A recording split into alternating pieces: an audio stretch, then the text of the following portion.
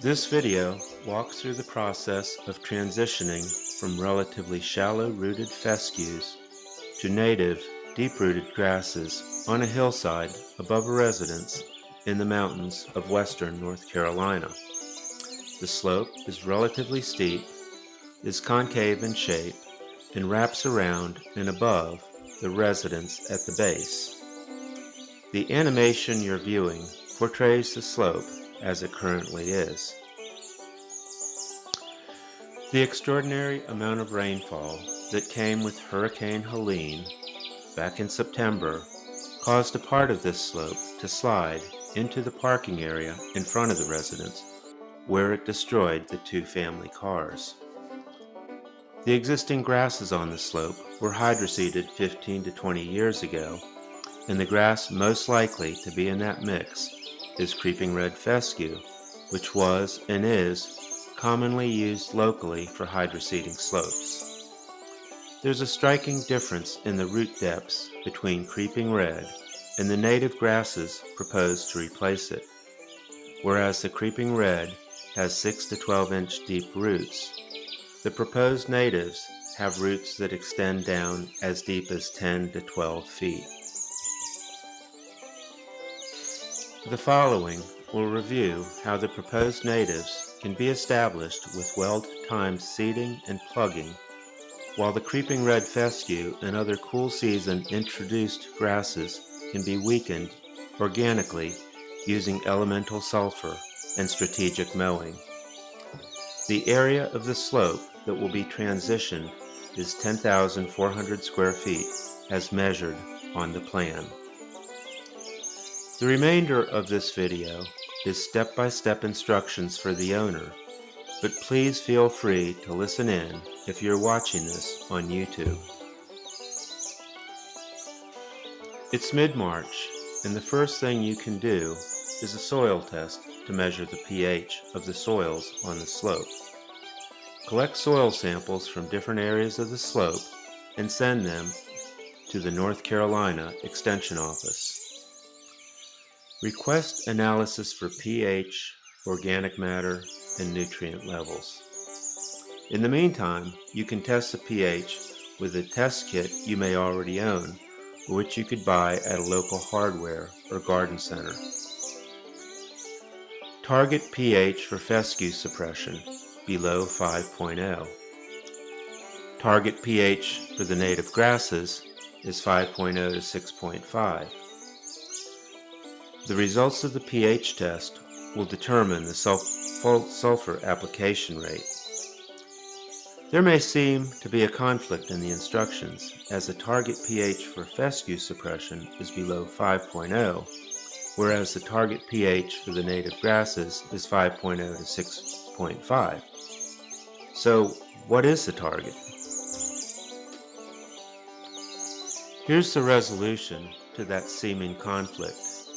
In year 1, lower pH to stress the fescue. Apply sulfur in early spring to push pH below 5.0. This weakens the fescue without completely eliminating it. Meanwhile, native warm season grasses can begin establishing even in slightly acidic soil, around 4.8 to 5.5. Then, in year 2, you'll allow pH to gradually increase for the native grass growth. As fescue declines and native grasses take hold, the need to suppress fescue diminishes. Over time, microbial activity, plant decay, and weathering can cause pH to rise naturally toward the native grass's preferred range, 5.0 to 6.5. So that's the explanation. The target pH range will change from the first year to the second and third years. So, let's go back to soil testing for pH.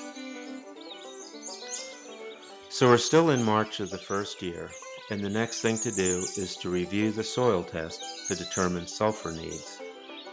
If the soil pH is above 6.0, plan to apply 10 pounds of elemental sulfur per 1,000 square feet. That's 100 pounds total for the 10,400 square foot of the slope that you'll be working with. If the pH is 5.5 to 6.0, apply 5 pounds per 1,000 square feet, or 50 pounds total. Then, between now and late March, apply elemental sulfur. Spread it evenly across the slope using a broadcast spreader or spread it by hand. Do not incorporate the sulfur into the soil. Do not work it in. Avoid disturbing the slope for stability. Then allow at least 4 to 6 weeks before seeding for microbial breakdown to lower the pH. Next, once the sulfur has had a chance to break down, in early May, do the first mowing and seeding. Mow the fescue short using a line trimmer, also known as a weed eater. Cut the creeping red fescue to 2 or 3 inches. This stresses the fescue and exposes more soil for the seeding. Then, rake and remove the cut debris. Rake the debris downslope to prevent excess organic buildup where plugs and seeds need contact with the soil. So you're raking the debris away so that the seeds can contact the soil. And then hand seed a 5 species native grass mix onto the slope. The broadcast seeding rate is 3 pounds total for the 10,400 square foot area. The composition of the seed mix by weight is 35% Andropogon gerardi, common name big blue stem, 30% Sorghastrum nutans, or Indian grass, 15% Schizocherium scoparium, common name little blue stem, 10% Elymus virginicus, or Virginia wild rye, and 10% Chasmanthium latifolium, common name river oats. Then, lightly rake. Use a leaf rake to increase seed to soil contact without burying the seed deeply. The optimal seeding condition is to seed when it's dry before an anticipated light rain. Next, in late May to early June, it's time for the second mowing and second sulfur application. Mow the fescue again for the second time. Cut the creeping red fescue again to 2 or 3 inches. This further weakens the fescue before the warm season natives start growing. Apply a follow-up sulfur treatment if needed. If the soil pH is still above 5.5, apply a second round of sulfur at 5 pounds per 1,000 square feet, or 50 pounds for the project. If the soil pH is 5.0 to 5.5, sulfur may not be needed. Next comes the plug planting in mid to late June. The plugs will be planted approximately 4 feet center to center. And that comes to 702 total plugs for the 10,400 square foot area. And the number 702 actually reflects the breakdown of plugs according to either 32 plugs per tray for 2 of the grasses or 50 plugs per tray for the third grass that's plugged. The species mix for the plugs is 50% Andropogon gerardi, common name big blue stem, and that equates to 350 plugs in 7 trays of 50 plugs per tray. Next, 32% Sorghastrum nutans, or Indian grass. That's 224 plugs in 7 trays of 32 plugs per tray. And finally, 18% Schizocarium scoparium, or little bluestem.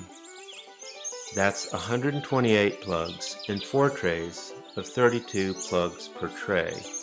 And keep in mind, the plan shows, and you're encouraged to simply randomly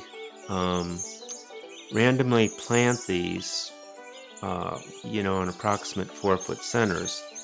That means you're not grouping the big blue stem together or the Indian grass together, but you're just really mixing them all up in a polka dot pattern. After plug planting and seeding, monitor the plantings. If there is a drought or extremely dry weather, irrigate the area as well as you're able, using your available resources to do that. The animation has changed, and it now shows the planting as it might appear in September or October of this year. In September or October, continue to monitor soil moisture and measure the soil pH again. If the soil remains above 5.5, a small additional sulfur application, 2 to 3 pounds per 1,000 square feet, or 20 to 30 pounds overall, can be applied at that time. Let's move now to year 2. In the spring, March to April, mow the cool season fescue again, which will have started growing before the warm season native grasses start to come up. Overseed any thin areas with the native seed mix. In summer, June to August, native warm season grasses should be fully dominant above this creeping red fescue. Then, in the fall of the second year, September to October, monitor the establishment success and spot seed if necessary. The animation shows the property as it may appear at the end of the second growing season. In year 3 and beyond, mow every year in April, mowing residual cool season grasses to weaken them before the warm season natives come up. This mowing also can keep out other volunteers which may have germinated in check, favoring the warm season natives. An area of this improvement that has not been mentioned yet is the toe of the slope in the vicinity of the house. After Helene, the toe of the slope here showed cracks. Apparently, as a result of Helene, the slope started to slide, but only moved just a little. Following is a sequence showing how the landscape illustrated by this image can be installed. The first image shows the existing toe of slope as it appears currently. The first step will be to place large boulders at the toe of that slope.